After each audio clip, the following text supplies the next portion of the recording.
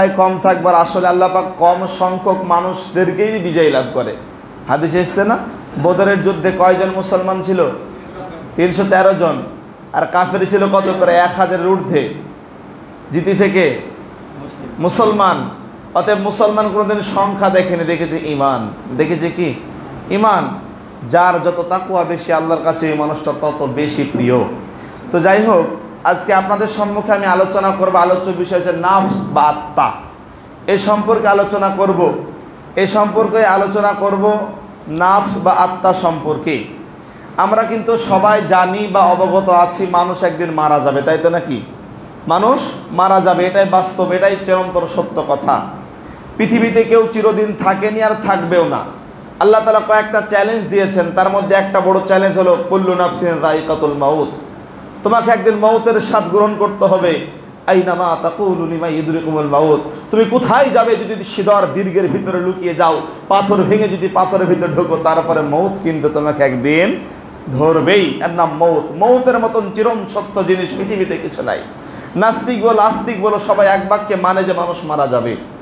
তো মানুষ মারা যাওয়ার পরে যে জিন্দেগিটা আছে, যারা বিশ্বাস করে কিয়ামতকে, ওদেরকে বলা হয় মুমিন বা ইমানদার। কি বলা হয়? মুমিন বা ইমানদার। আর যারা বিশ্বাস করে না, কোরআনের ভাষা থেকে কাফের বলা হয়। আচ্ছা বলুন তো, আমরা মরার পরে যে লম্বা জিন্দেগি আছে ওটাকে বিশ্বাস করি কি করি না? করি তো নাকি?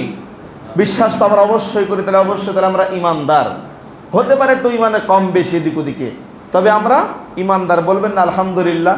আর আল্লাহ পাক কোরআনে এটাই বলেছেন, ওয়াযাক্কির ফাইন্না যিকরা তানফাল মুমিনিন।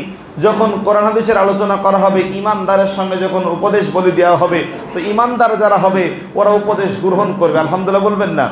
আর কোরআনের সূরা আনফালের 2 নম্বর আয়াত আল্লাহ পাক বললেন, ইন্নামা, আল্লাহ পাক বলছেন নিশ্চয় যখন কোরআন তেলাওয়াত করা হবে, ইন্নামাল মুমিনুনা আল্লাযীনা ইযা যুকিরাল্লাহু ওয়াজিলাত কুলুবুহুম ওয়া ইযা তুলিয়াত আলাইহিম যাদাতুহুম ঈমানাও ওয়া আলা রাব্বিহিম ইয়াতাওয়াক্কালুন। যখন তেনাদের সামনে কোরআন তেলাওয়াত করা হবে, ইমানদার যারা হবে ওদের অন্তরটা আল্লাহর ভয়ে থরথর করে কাঁপবে। আর তারা কি করবে? তাদের ইমানটা বেড়ে যাবে এবং আল্লাহর উপরে ভরসা করবে। কথা বুঝে আসলো তো নাকি ইনশাআল্লাহ? তাহলে আমরা সবাই ইমানদার, তাই তো নাকি? আলহামদুলিল্লাহ। এইবার আপনাদেরকে আসি, মানুষকে দুই ভাগে ভাগ করা হয়েছে, একটা মানুষ, একটা নাফস বা আত্মা। উদাহরণ আপনাকে দিলে স্পষ্ট হবেন বিষয়টা, যে মানুষ, এই যে আমার এই 3.5 হাত বডি, এই বডিটাকে দেখছেন রক্তে মাংসে গড়া। এই বডিটা একদিন এই দুনিয়াতে ছিল বা দুনিয়াতে আছে, দুনিয়াতে শেষ হবে। বলুন তো, আমরা যারা এখানে বেঁচে আছি, 100 বছর আগে কেউ আমরা ছিলাম? 100 বছর পরে কেউ থাকবো? 100 বছর আগে কেউ আমরা ছিলাম না, 100 বছর পরে কেউ থাকবো না। তাহলে আমরা একদিন মারা যাব। তো বলছিলাম যে মারা যাওয়ার পূর্বে আল্লাহ পাক রব্বুল আলামিন যে দুনিয়াতে আমাদের এই যে নাফসটা দিয়েছেন, আত্মাটা দিয়েছেন, তার একটা ছোট্ট উদাহরণ আপনাকে দিলে বুঝতে পারবেন। যে বলুন তো, মানুষের মরণ কয়বার? দেখি কে পারে। মানুষের মরণ কতবার? আমরা তো দেখি একবার, তাই তো নাকি? মানুষ মারা যায়, মারা গেল, গোরস্থানে মাটি দিয়ে দাফন করে চলে আসলাম, একবার দেখি। কিন্তু না, কোরআন প্রমাণ করেছে মানুষের মরণ 2 বার। মানুষের মরণ কতবার? 2 বার। প্রমাণ সূরা বাকারা আয়াত নম্বর 38, এই আয়াত নম্বর 28 আল্লাহ পাক বলেন, কাইফা তাকফুরুনা বিল্লাহ। তোমরা কি করে আল্লাহকে অবিশ্বাস করো? তোমরা কি করে আল্লাহর নাফরমানি করো? তুমি একটু নিজের জীবনের দিকে ভেবে দেখো তো। হাল আতা আলাল ইনসানি হিনুম মিনাদ দাহরি লাম ইয়াকুন শাইয়্যাম মাযকুরা। তোমার এমন একটা যুগ, এমন একটা সময় অতিবাহিত করেছে, তোমার অস্তিত্ব ছিল না। অস্তিত্ব বলে কোনো কিছু ছিল না। আচ্ছা, আমরা মায়ের পেটে আসার আগে, আমি যখন মায়ের পেটে আসার আগে আমার আর আপনার একটু ভাবেন তো, তখন কি আমাদের কোনো অস্তিত্ব ছিল দুনিয়াতে? আল্লাহ পাক এটাই বুঝিয়েছেন। স্মরণ করো সেই সময়ের কথা যখন তোমার অস্তিত্ব বলে কোনো কিছু ছিল না। এবার আমি যখন আমার মায়ের পেটে, আল্লাহ তাআলার রহমতে যখন আমি আসলাম, আমি যখন একদিন যখন আমার মায়ের পেটে, মা এখনো বুঝেনি যে আমার পেটে সন্তান আছে কিনা। আস্তে আস্তে 10 দিন 15 দিন হলো, এখনো বুঝেনি। যখন 3-4 মাস হলো, তখন 3-4 মাস হওয়ার আগেও কিন্তু বাচ্চা এখন মায়ের পেটে তাজা আছে কি মরা আছে এখনো কিন্তু খবর পাইনি। যখন ওই ব্যক্তি, ওই আস্তে আস্তে বাচ্চা যখন মায়ের পেটে বড় হতে শুরু করলো, বড় হওয়ার শুরু পূর্বে যখন আল্লাহ রাব্বুল আলামিন বললেন যে আলামে আরওয়া থেকে একটা রুহকে নিয়ে মায়ের পেটের ভিতরে, যখন রুহুর ভিতরে যখন রুহুকে বললেন, ওই যখন ওই বডির ভিতরে তুমি প্রবেশ করো, এইবারে বলুন তো, জ্ঞানী মানুষ ভালো করে বুঝবেন, যখন রূহ বা আত্মা যখন মায়ের পেটে এসেছিল তখন ওই বাচ্চা কি ছিল? মৃত ছিল। কি ছিল? মৃত ছিল। তারপর তো রুহু তো আসলো। এবার রুহু যখন আসলো, মায়ের পেটে সন্তান জিন্দা হলো। আস্তে আস্তে লড়াচড়া করে মা বুঝতে পারে যে আমার পেটে সন্তান আছে। এইবার আমাদের জন্মের আগে আমরা কি ছিলাম? মৃত ছিলাম। আল্লাহ পাক জান দিল। এই জানটা, এই জীবনটা, এই যে আমাদের যে নাফসটা আছে, এই নাফসটাই দুনিয়াতে আল্লাহ পাক, এই যে আমরা এখন চলছি, চলতে চলতে এমন একটা দিন হবে যেদিন সময় ফুরিয়ে যাবে, ওই দিন আবার আমাদেরকে নাফসটাই আজরাইল নিয়ে চলে যাবে, মালাকুল মউত। এই নাফসটাই নিয়ে চলে যাবে। তাহলে আবার আমরা কি হলাম? মৃত হলাম। তাহলে মানুষের মউত কয়বার? 2 বার। মনে থাকবে তো ইনশাআল্লাহ? এবার আপনি একটু ব্যাখ্যা দিই এই নাফস বা আত্মা সম্পর্কে।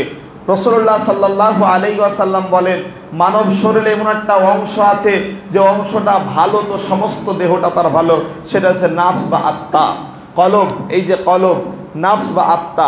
মানুষের আত্মার ভিতরে মুফাসসিরিনগণ অনেক আত্মার ব্যাখ্যা দিয়েছেন বা অনেক আত্মাকে ভাগ করেছেন। তার মধ্যে কয়েকটা ভাগ করেছেন। একটা নাফস হচ্ছে নাফসে আম্মারা। আপনারা অবশ্যই জানেন যে মানুষের ভিতরে যে নাফস বা আত্মা আছে, এই আত্মার কয়েকটা বিষয় আপনাকে বলি। এক, মানুষ, এই যে দুনিয়াতে আমরা আছি, এইবার আপনাকে প্রশ্ন করি, মানুষ কি মরে? মানুষ কি মরে? ভালো করে বুঝে শুনে উত্তর দিবেন। মানুষ কি মরে? মানুষ পরিবর্তন হয়। পরিবর্তন হওয়া মানে একটা উদাহরণ আপনাকে দিই। এই যে আজকে ধরেন আমি খুতবা ছিল আমার কান্দি থেকে আরও প্রায় 16 কিলোমিটার দূরত্ব, বড়ুয়া বলি জায়গা, বাড়ি থেকে প্রায় 90 কিলোমিটার দূরত্ব অতিক্রম করে আমি সকাল 8:30টার দিকে বাড়িতে বেরিয়েছি, আর আমি বাড়িতে ঢুকেছি প্রায় 4:30টার সময়। এবারে দেখেন, আমি যে এই বাড়ি থেকে আমি নদিয়া থেকে মুর্শিদাবাদে গেলাম, তার মানে এটাকে আরবিতে বলা হয় কি জানেন? ইন্তিকাল, মানে পরিবর্তন হওয়া। পরিবর্তন হওয়া মানে আমি নদিয়া থেকে মুর্শিদাবাদে গেলাম মানে কি আমি মারা গেলাম? কি হলাম? পরিবর্তন হলাম। কেউ ছিল দুনিয়াতে, গিয়েছে কোথায়? আখেরাতে। কিন্তু ওই ব্যক্তি আছে, কিন্তু পরিবর্তন হয়েছে। কি হয়েছে? পরিবর্তন হয়েছে। ঠিক তেমনিভাবে মানুষ কোনোদিন মরে না। মানুষ কোনোদিন মরে না। মানুষ যদি মরে তো বিচার হবে কার? নাকি? তাহলে মানুষের কি হয়? মানুষের পরিবর্তন হয়। উদাহরণ দিলে বুঝতে পারবেন যে আমরা দুনিয়াতে যারা বেঁচে আছি, এই দিন একদিন এই আমার দেহ তৈরি হয়েছে মাটিতে, আর দেহ ধ্বংস হবে মাটিতে, আর আত্মা এসেছিল আল্লাহর কাছ থেকে। আত্মা একদিন যাবে আল্লাহর কাছে। আত্মা এসেছিল আল্লাহর কাছ থেকে, আত্মা যাবে আল্লাহর কাছে। এই আত্মাটাকেই, নাফসটাকেই যে আজকে আমার আলোচনার বিষয়। নাফসটা কি জিনিস? নাফস বা আত্মা, প্রতিটা মানুষের ভিতরে কিন্তু একটা আত্মা আছে, রূহ যাকে বলা হয়। বিজ্ঞান এত উন্নত মানের শিখরে পৌঁছে গিয়েছে, বিজ্ঞান আবিষ্কার করছেন মঙ্গল গ্রহ, বিজ্ঞান আবিষ্কার করছেন অনেক কিছু, কিন্তু এখন পর্যন্ত ডাক্তার বিজ্ঞানী মানুষের এই যে আত্মা কোথায় থাকে দেহের ভিতরে এটা প্রমাণ করতে পারে নাই। কোথায় থাকে? কলিজার ভিতরে না ফেফসার ভিতরে না কোথায় থাকে? না হাড়ের ভিতরে থাকে? কোনো নাফস বা আত্মা এটা কি জিনিস? এটা বিজ্ঞান প্রমাণ করতে পারে নাই। তাহলে নাফস বা রূহ কি জিনিস? সূরা কাহাফের তাফসিরে আল্লাহ নবী সাল্লাল্লাহু আলাইহি ওয়াসাল্লামের কাছে কিছু ইহুদি এসে বলেন, আল্লাহ নবী, যে বলুন তো রূহ কি জিনিস? আল্লাহ রাসূল বলেন, রূহ হলো আল্লাহর আদেশ। রূহ কি? আল্লাহর আদেশ। রূহ হচ্ছেন আল্লাহর আদেশ। আল্লাহর আদেশ তোমাকে দিয়েছিল, রূহটা তোমার কাছে ছিল। আর আল্লাহর আদেশ তোমার যখন আল্লাহ পাক অর্ডার করবে তখন তুমি দুনিয়া থেকে চলে যাবে। তো বলতে চাইছিলাম যে রূহ বা আত্মা, আল্লাহ তাআলা এই সম্পর্কে বলেন। আচ্ছা, আল্লাহ রাব্বুল আলামিন একটা দুটো নাই, আল্লাহর কি কসম খাওয়ার কোনো প্রয়োজন হয়? একটু কথা বলেন, প্রয়োজন হয় কসম খাওয়ার? আমি যদি জিজ্ঞেস করেন মহব্বত ভাইকে যে ভাই আপনি কি আগামীকাল কি এখানে এসেছিলেন, ভাই তখন বলতে চাইবে ভাই আগামীকাল কি বৃহস্পতিবার ছিল, আমি এসেছিলাম, আমার বিশ্বাস হয় না। ভাই বলছেন আল্লাহর কসম এসেছিলাম, মানে কি হলো? বিষয়টা স্পষ্ট হলো, বিষয়টা আরো গুরুত্ব বাড়লো। তো আল্লাহ পাক একটা আয়াত প্রমাণ করার জন্য, একটা কথা বলার জন্য প্রায় 8টা কসম খেয়েছেন। কয়টা কসম? 8টা কসম। এক, আল্লাহ পাক বলেন ওয়াশ শামসি ওয়া দুহাহা, ওই সূর্যের কসম। ওয়াল কমারি ইযা তালাহা, ওই কার কসম? ওই যে চাঁদের কসম। এরকম করে আল্লাহ পাক প্রায় 8টা কসম খাওয়ার পরে বলছেন কদ আফলাহা মান যাক্কাহা, মানুষের যে একটা পরিশুদ্ধ আত্মা আছে, তাকেই মানুষ পরিশুদ্ধ যারা হতে পেরেছে, যারা এই নাফসটাকে কন্ট্রোল করতে পেরেছে, তারাই হলো সফলকাম। বলুন সুবহানাল্লাহ। আমরা যত আলোচনা মৌলবি মাওলানা করেন, কিন্তু সবচেয়ে বড় কথা হচ্ছে নিজের নাফসটাকে কন্ট্রোল করতে হবে আগে। আত্মাটাকে পরিবর্তন করতে হবে আগে, না হলে কিন্তু আমরা হবে না। দেখবেন একটা কথা বলি, চোখ কিন্তু গোটা দুনিয়া দেখে, কিন্তু চোখের ভিতরে যখন কুটো পড়ে আর চোখ দেখতে পায় না, এটা চোখের অভ্যাস, তাই তো নাকি? এবার আপনাকে দেখি, এবার আত্মা বা দেহ, এবার দেহ তো দুনিয়াতে তৈরি, দেহ তো দুনিয়াতে তৈরি, দুনিয়াতে শেষ হবে, দেহের খাবার দুনিয়াতে আছে, ভাত রুটি এই সমস্ত কিসের খাবার? দেহের খাবার, তাই তো? এইবারে বলুন তো আত্মার খাবার কি? আত্মার খাবার কি বলুন? আত্মার খাবার কোথায় আছে? আল্লাহ তাআলা সূরা রুমের ভিতরে আল্লাহ তাআলা বলেন যে অবশ্যই আত্মার খাবার আছে, সূরা রদের ভিতরে আছে। আল্লাহ তাআলা বলেন আলা বিযিকরিল্লাহ তাতমাইন্নুল কুলুব, নিশ্চয় আত্মার খাবার আছে আল্লাহর কোরআনে, বলুন সুবহানাল্লাহ। তাহলে এখান থেকে কি স্পষ্ট হলো? আত্মার খাবার আছে আল্লাহর কোরআনে, আর দেহের খাবার, যেহেতু দেহ দুনিয়াতেই তৈরি হয়েছে, দুনিয়াতে ধ্বংস হয়ে যাবে, ঠিক তার জন্য দুনিয়াতে দেহের খাবার আছে, আর আত্মা এসেছে আল্লাহর কাছ থেকে, আর আত্মা ফিরে যাবে আল্লাহর কাছে। অতএব এই আত্মার খাবার আছে দুনিয়াতে নয়, আখেরাতে আখেরাতে না, আল্লাহর কোরআনে এসেছে আত্মার খাবার। এইবার আপনাকে বলি আত্মার খাবার সম্পর্কে। আল্লাহ তাআলা এই সম্পর্কে বলেন, আল্লাহ তাআলা বলেন ওয়া আম্মা মান খাফা মাকাম রাব্বিহি ওয়া নাহান নাফসা আনিল হাওয়া ফাইনাল জান্নাতা হিয়াল মাওয়া। যারা নিজের নাফসকে, যারা নিজের অন্তরটাকে কি করতে পেরেছে? আল্লাহর ভয় থেকে, কোনো হারাম কাজ থেকে ফিরে আসতে পেরেছে, রবের ভয় থেকে, কোনো হারাম কাজ থেকে ফিরে আসতে পেরেছে। আল্লাহ তাআলার ভয় মানে হলো আপনার নিজের নাফসটাকে আল্লাহর ভয়ে কন্ট্রোল করতে পারলেন, আপনার ভয়টাকে, আল্লাহর ভয়টাকে আপনি নিজের নাফসটাকে কন্ট্রোল করতে পারলেন। আল্লাহ বলছেন ওই সমস্ত মানুষের জন্য সুসংবাদ, হে দুনিয়ার মুসলমান তোমরা শুনে রাখো, গুরুত্বপূর্ণ কথা কান দেন।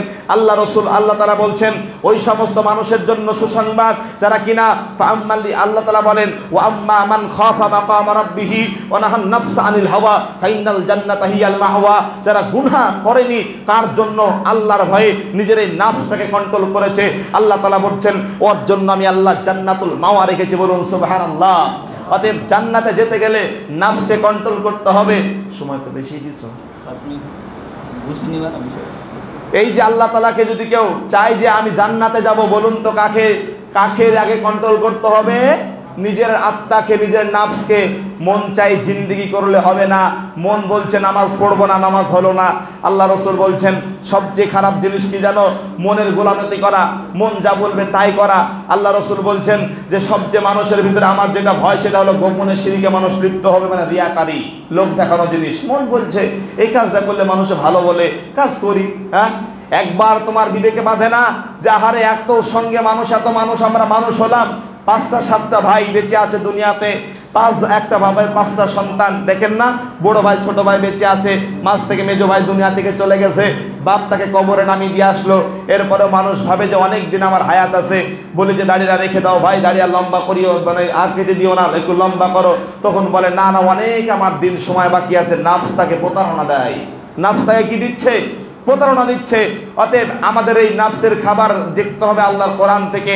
আল্লাহ তাআলার কোরআনে যে আল্লাহ পাক বলেছেন যে অবশ্যই আলা বিযিকরিল্লাহ তাতমাইন্নুল কুলুব, নিশ্চয় আল্লাহ তাআলার এই যে জিকিরে, আল্লাহ তাআলার কোরআন তেলাওয়াতে আত্মার খাবার হয়, এটা কিন্তু আমরা বুঝলাম না।